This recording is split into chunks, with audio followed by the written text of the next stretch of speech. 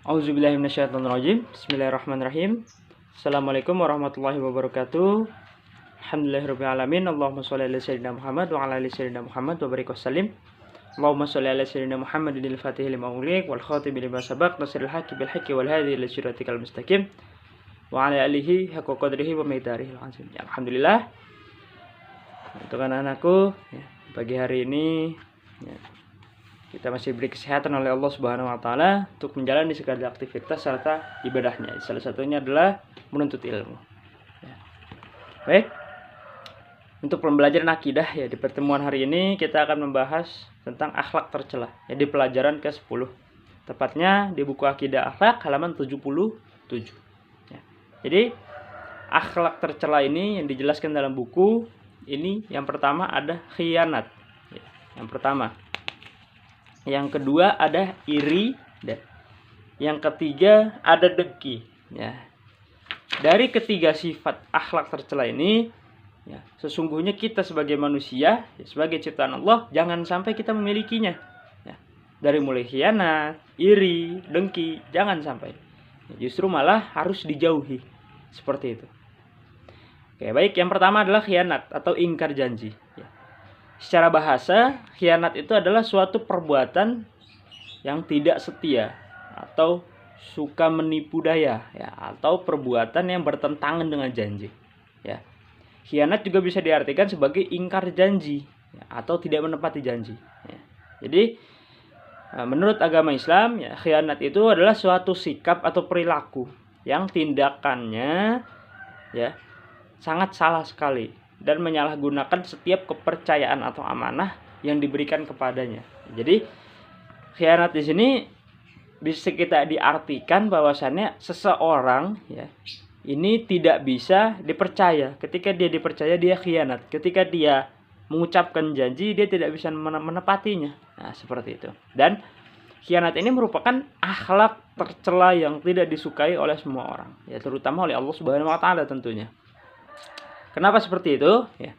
Biasanya orang yang berkhianat akan menimbulkan ya kekecewaan, akan mengakibatkan kekecewaan pada orang lain, sehingga ya dapat menyebabkan keretakan dalam persaudaraan, ya, dapat menyebabkan pertengkaran, dapat menyebabkan kerusakan, kerenggangan antara sesama saudara.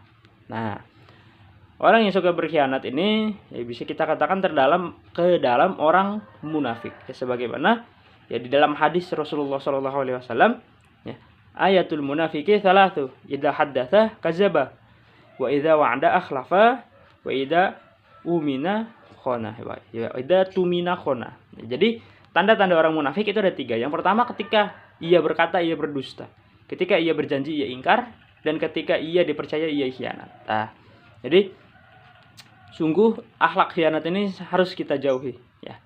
Karena apabila kita sering berkhianat, maka Allah pun tidak akan suka dengan kita, tidak sayang dengan kita. Bahkan manusia pun akan menjauhi kita karena sikap kita yang jelek seperti itu. Ya.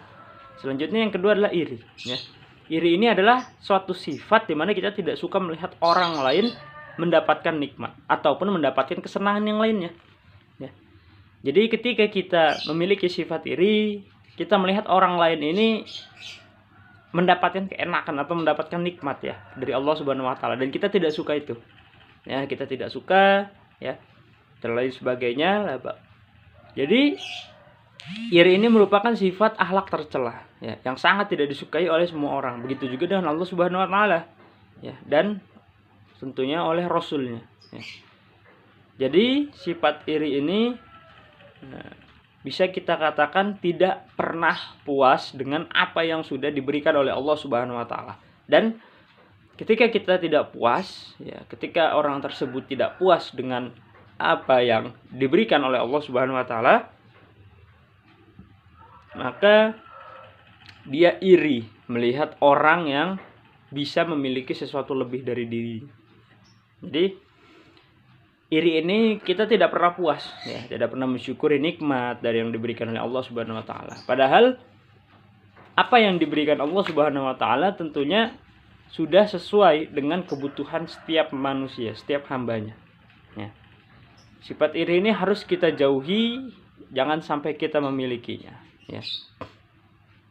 Nah, ada beberapa ciri-ciri dari sifat iri ini. Jadi apabila seseorang memiliki sifat iri, ciri-ciri yang pertama ini adalah jika berbicara ia selalu ingin menang sendiri.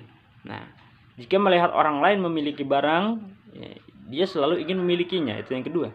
Dan yang ketiga adalah tidak senang melihat orang lain bahagia. Jadi jangan sampai kita memiliki sifat yang seperti ini. Itu harus dijauhi, sangat-sangat dijauhi. Nah, selanjutnya adalah sifat dengki. Jadi sifat dengki itu adalah sifat rasa tidak suka terhadap seseorang karena melihat orang lain bahagia. Ya hampir sama dengan sikap iri. Ya, tapi kalau rasa dengki ini lebih mendalam ya daripada rasa iri. Ya, biasanya rasa iri ini berlebihan yang akan berakibatkan pada dengki. Ya, jadi perasaan dengki biasanya menimbulkan dendam. Ya, dendam, tidak suka, marah dan lain sebagainya. Dan sifat dengki ini merupakan sifat yang tercela, sangat tercela sekali yang harus kita jauhi. Nah, sebagaimana dijelaskan dalam hadis Rasulullah SAW, hindarilah oleh kamu dari sikap dengki karena sifat dengki itu memakan segala amal kebajikan, ya, amal keburukan. Ya, amal kebajikan itu amal-amal yang baik, sesungguhnya itu amal buruk. Dan bagaikan api memakan kayu bakar. Nah, seperti diibaratkan api memakan kayu bakar, seperti itu, ya. Nah, baik. Nah, itu saja untuk pembelajaran hari ini. Ya, kita cukupkan, kita tutup dengan pembacaan hamdalah. Ya. Dan jangan lupa dari pembelajaran hari ini bisa kita ambil, ya. Kita bisa ambil kesimpulan, kita bisa ambil pelajaran ini bahwasanya setiap manusia ya, jangan sampai memiliki sifat tercela ini. Ya, dari mulai iri, dengki, khianat, ya. Nah, sesungguhnya sifat-sifat tercela ini bisa membuat manusia tersebut dijauhi oleh manusia yang lainnya. Dan ya nauzubillah sampai dibenci oleh Allah Subhanahu wa taala, dan nanti ketika di akhirat akan terkena azabnya Allah, yaitu masuk ke dalam nerakanya Allah Subhanahu wa taala, ya. Nah, dijauhi.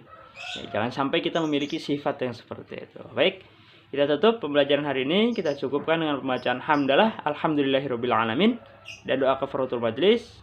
Subhanaka Allahumma wa bihamdika asyhadu an la ilaha illa anta astaghfiruka wa atubu ilaik. Untuk yang berpuasa, ya alhamdulillah dilanjutkan puasanya, harus kuat, ya, harus semangat.